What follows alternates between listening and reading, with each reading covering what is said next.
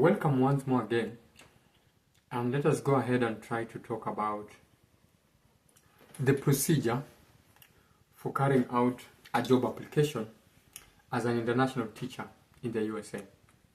So one of the things that you must have to do is to search for teaching jobs. After you've searched for these particular teaching jobs, then how do you do that? You begin by looking for job openings at schools, districts, or either way private institutions that hire international teachers. You can find listings on job boards, on LinkedIn, on educational recruitment agencies, or school district website. So the first thing that you need to do is you have to ensure that you first of all get a job. After you've gotten a job, and then probably someone else might talk about the aspect of maybe getting also in touch of the recruitment agencies, which I already talked about. Their video is on my YouTube channel. All the agencies together with their links on how you can be able to apply. You simply click on the links, you apply by submitting your documents. Once you have submitted your documents, then they will be able to send this particular document to schools that are in need of teachers. Now, while some of these agencies might be able to work directly with the schools, they can also help in finding a job and managing paperwork on your behalf. Now, apart from that, also while you are doing the job application, you need to meet educational and certification requirements. So educational qualification ensure that you have the necessary minimum educational requirement, which is a bachelor's degree. If not, you can as well have a master's degree or a PhD degree. You will still be considered to come and teach in the USA. Now, apart from that also, have you done what you're calling credential evaluation? And this one can be done by World Education Services, the WES, or either way, the nurses. They are organizations that are responsible for doing what you call credential evaluation to your documents. What is credential evaluation? They simply certify that your academic qualifications back in your home country are equivalent to the US-based academic qualification. Let's say you have a bachelor's degree in education in your home country, so they will want to ensure that they do the credential evaluation to confirm that your academic qualification in your home country has the same weight as the one here in terms of the aggregate point. Some might require you to take exams such as the praxis, but this one will depend with some states. Not all states require the praxis exam, some will. Then apart from that, you also need to ensure that you obtain a work visa. So the work visa for teachers, it can either, we are talking about the J1 or the H1B visa. Now, J1 exchange visitor visa. Many international teachers come to the USA under the J1 teacher exchange visa. Therefore, if you are a teacher and you're trying to apply for jobs, this is one of the visas that you have to ensure that it will help you to come. This visa will typically last for a period of 3 years, and it allows teachers to live and work in the USA while sharing cultural experiences and also bringing in their culture from their home country. After 2 years, you can be allowed to have an extension of 2 years while working in the USA under the J1 visa. The good thing with J1 visa, your spouse, your children are also allowed to come within the US. Your children will learn, while your spouse, she is also allowed to work in the US. But then, after your visa expires, J1 teachers are required to return to their home country for at least 2 years before they can apply for a new visa again to come to the USA and teach or work. Now, H1B visa. Some teachers may be eligible for a H1B visa, which will also allow you to come and work here in the US. The visa will require what you're calling employer sponsorship, or sometimes the agencies that I already did their video and it is in my YouTube channel. You can go through that and see. They will also be able to allow you to come and teach. We have what you're calling the TN visa. TN visa is for Canadian and Mexican teachers. If you're from Canada or Mexico, the TN visa may be an option under the North American Free Trade Agreement. But then this one is available for certain professional roles, including teachers. That is for teachers who come from Canada and Mexico. Now, apart from that, also another aspect that you need to put in consideration if you are applying as an international teacher, ensure that you prepare necessary documents. This will include the CV. Update your CV with the focus on your education, certification, teaching experience, and also skills.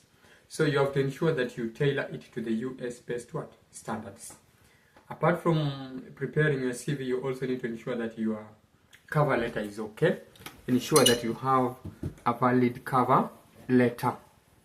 So write a cover letter that explains why you want to teach in the US and what makes you a good fit for that particular role. Remember, job application is very competitive, and therefore you have to be at your best for you to be considered. References. So for the reference, this one comes in from the aspect of talking about recommendation letters. Where do you get them from?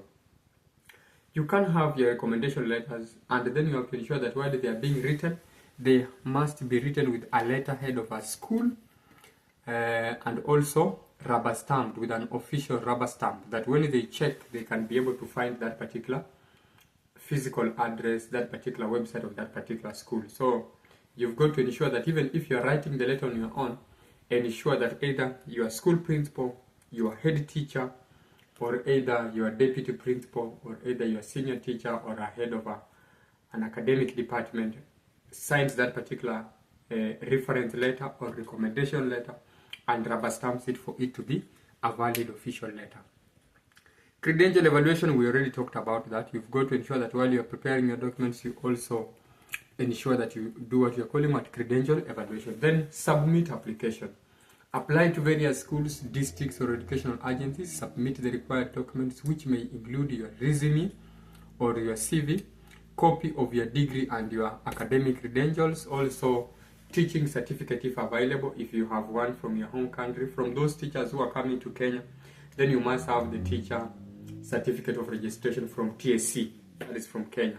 In other country, I also believe you have teacher certificate. References and recommendation letters, and then proof of English proficiency.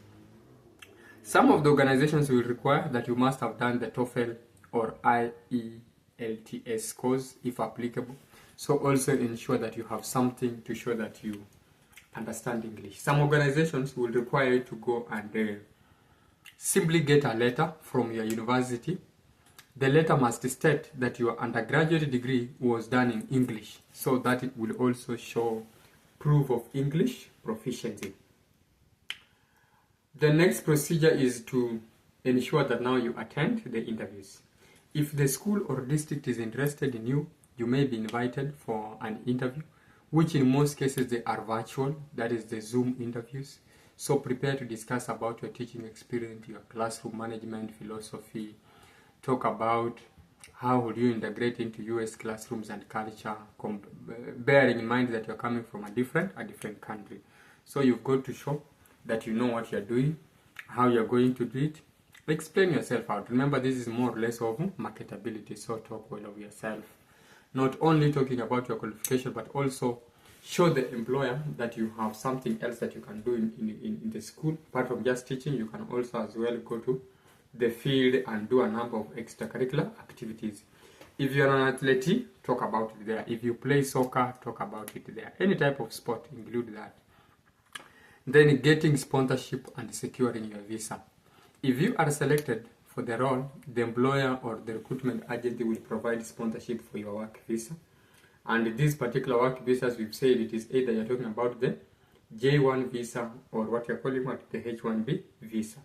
So the employer will need to submit an application to the US Citizenship and Immigration Services so that you now are supposed to secure your visa to come and work in the US while you are still in your home country.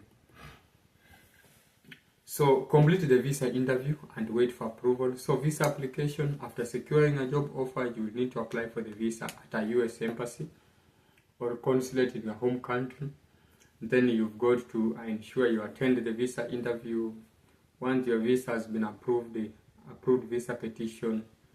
So you may need to submit a number of documents, such as when you are applying for your visa, your job offer letter is supposed to be there, approved visa petition, passport, financial support and documentation to prove you can support yourself in the US, medical exams or vaccinations, depending on the type of visa that you will be required to have.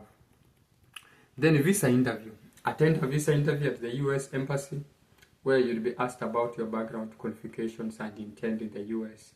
In most cases, they ask you whether you have intentions to go back to your home country. You must show that. What will you do?